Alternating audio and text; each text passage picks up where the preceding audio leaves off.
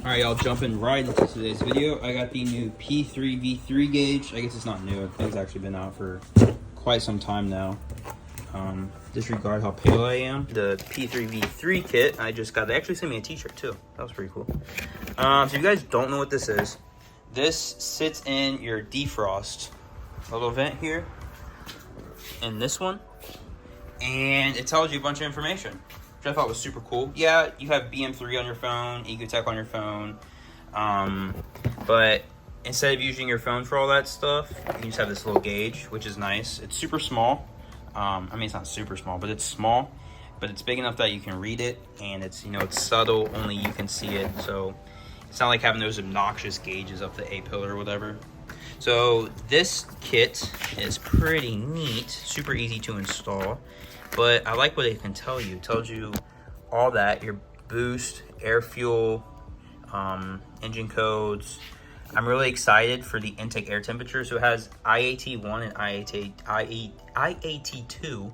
So pretty much will tell you before your manifold and after your manifold, show you how efficient your manifold's working. And then it actually has oil temp, but it's not on here. So that was cool too. I wish I had oil pressure, because you know, that one's more important, but whatever. So I'm gonna be installing this today. It looks super easy. Basically, just take off a few dash panels, you drill a little hole to fit this through, and then you plug this into your OBD2 port. First things first, make sure this thing works. So I have it all hooked up here. We got the actual thing itself and the whole wire, and it goes to the little like module, and then it goes to the OBD2 port. So that's how it all goes together. And I'd say just make sure it works first, because it would suck to install this, and then for some reason, like, it doesn't work. Oh, that's the wrong way. Idiot. So it works off of like your engine start, not your ignition sequence. So we'll have to start the car. Oh, I might need the key. I got nervous for a sec when it didn't start. I was like, no, because I just uploaded the new tune. I was like, no, what did I do wrong? Oh, we're stuck somewhere. There we go. Okie dokie.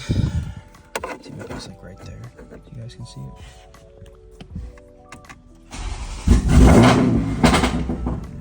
Jeez, brother. We got speed.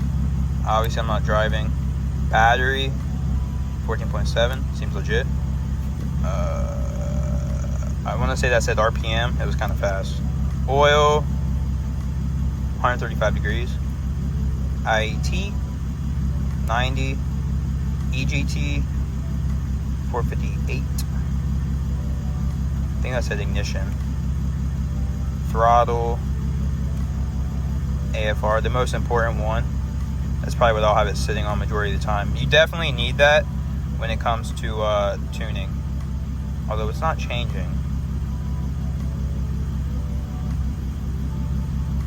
Interesting. Oh, there it goes. I was gonna say, there is no way it's actually 14.5 this whole time.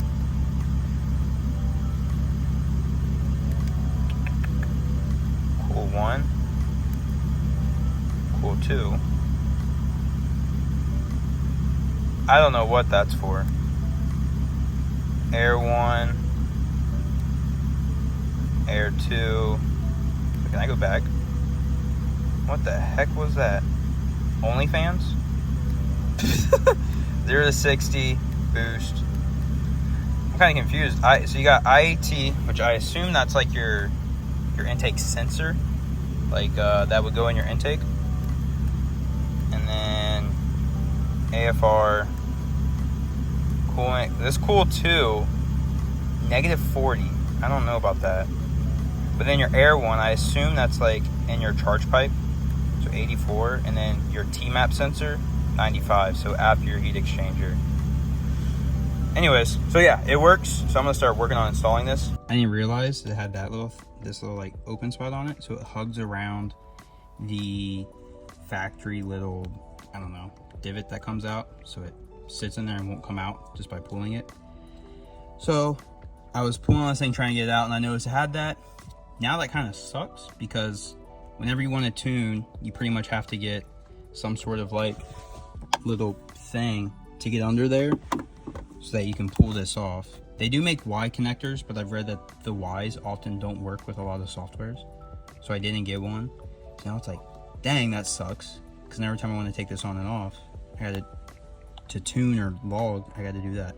We're gonna move this panel. We don't have to completely take it off. You're able to just pull it out just a little bit to get in there what you gotta do. And we're gonna take this panel off. And then you gotta disconnect pretty much this system from this, and I'll show you guys how to do that. Moving this was kind of fun. The little connector has the tiniest little thing right there. You can see it barely sticking out. So I stuck in this 90 degree, where is it? Not that one. This one, this 90 degree, and I kind of just went at it like this just to pull it out just a little bit so that I can pop it out. So next we're gonna remove these T20s.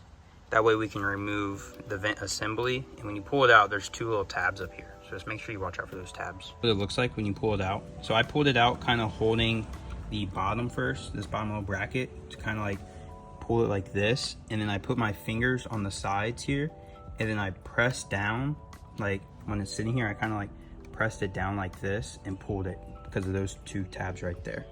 So now it'd be looking like this. We got to remove this little thing because this is where the like monitor sensor thing's gonna sit. So we got to remove that. So you put a pry tool under here, and then you just pry it up a bit, and then when you take it, try and like pull it, and then we will end up drilling a hole through there somewhere. You'll see in a bit when I take that off. This right here is where we're gonna drill a hole.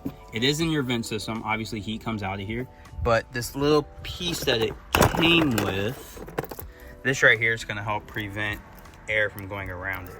So if it focuses, you can see there's a little slit in it.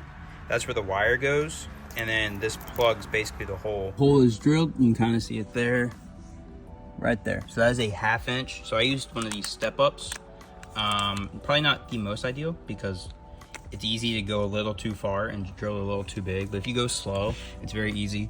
And then I just took this and I just kept measuring every time like the step bit just moved a little further in. I just measure it with that. And yeah, it came out perfect. It's a tight fit.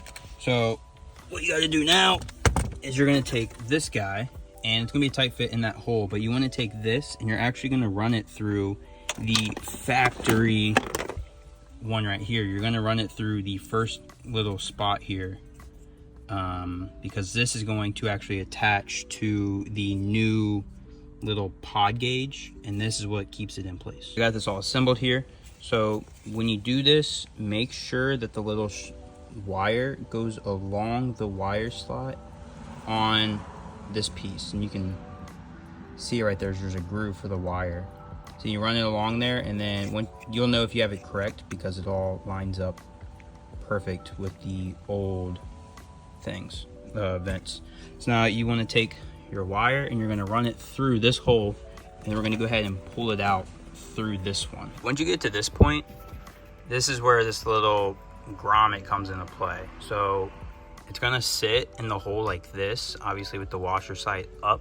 So what you're going to do is you want to put this around the black trim here, and then press it into the hole, and then kind of keep pulling this, and you feed this into there, and then you're going to put this into place, if that makes sense. So last little stretch here. So as you see, it is placed into spot. So that's pretty much what it looks like. Super dirty right now, but it's very OEM like. This will pretty much tell me everything about my car while I'm driving. So from here on, we will basically put it all back together. So I'm going to unravel this, and then go ahead and connect this to this wire here, harness here, and then plug this into your OBD2 port, and then you can run this wire up along here to where it'll actually go inside of this, and you can feel up under here that it'll be completely hidden. And then that's it, put it back together, and we are all back together. Super easy. Ignore the dust, you guys. The car just got a low pressure fuel pump. It was sitting there for like 2 weeks almost, so it's really dirty. I haven't, like, all that's still just out and about. It's filthy. Anyways, yeah, so it's all back together. So we're gonna start the car up so we can verify that it still works. Lord, that exhaust is loud. Cool. 0 to 60, boost. Obviously I'm not in boost. Speed,